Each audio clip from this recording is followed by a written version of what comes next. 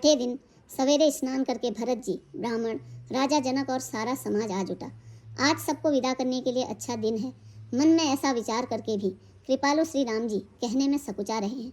श्री रामचंद्र जी ने गुरु वशिष्ठ जी, राजा जनक जी, भरत जी और सारी सभा की ओर देखा, किंतु फिर सकुचा कर दृष्टि फेर कर वे पृथ्वी की ओर ताकने लगे।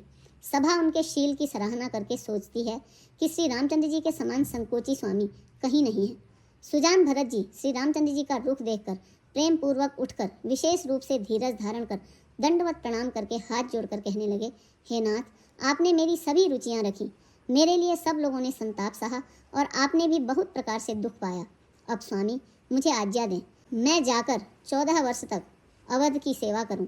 हे दीन दयालु, जिस उपाय से यह दास फिर चरणों में दर्शन करे, हे कौशलाधीश, हे कृपालु, अवधि भर के लिए मुझे वही शिक्षा दीजिए।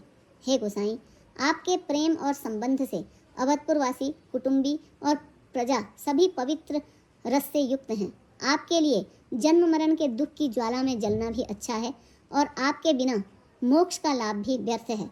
हे स्वामी, आप सुजान हैं, सभी के हृदय की और मुझ सेवक के मन की रुचि, अभिलाषा और रहनी जानकर हे प्रणतपाल, आप हर किसी का पालन करेंगे और हे देव, दोनों तरफ को अंत तक निभाएंगे। मुझे सब प्रकार से ऐसा बहुत बड़ा भरोसा है, विचार करने पर तिनके के बराबर जरा सा भी सोच नहीं रह जाता।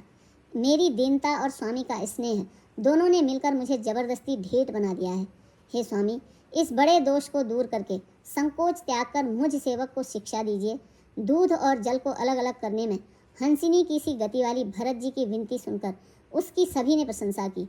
दीन बंधु और परम चतुर श्री रामचंद्र जी भाई भरत जी के दीन और छल रहित वचन सुनकर देश, काल और अवसर के अनुकूल वचन बोले, हे तात, तुम्हारी, मेरी, परिवार की, घर की और वन की सारी चिंता गुरु वशिष्ठ जी और महाराज जनक जी को है। हमारे सिर पर जब गुरु जी, मुनि विश्वामित्र जी और मिथिलापति जनक जी हैं, तब हमें और तुम्हें स्वप्न में भी क्लेश नहीं है। मेरा और तुम्हारा तो परम पुरुषार्थ, स्वार्थ, सुयश, धर्म और परमार्थ इसी में है कि हम दोनों पिताजी की आज्ञा का पालन करें।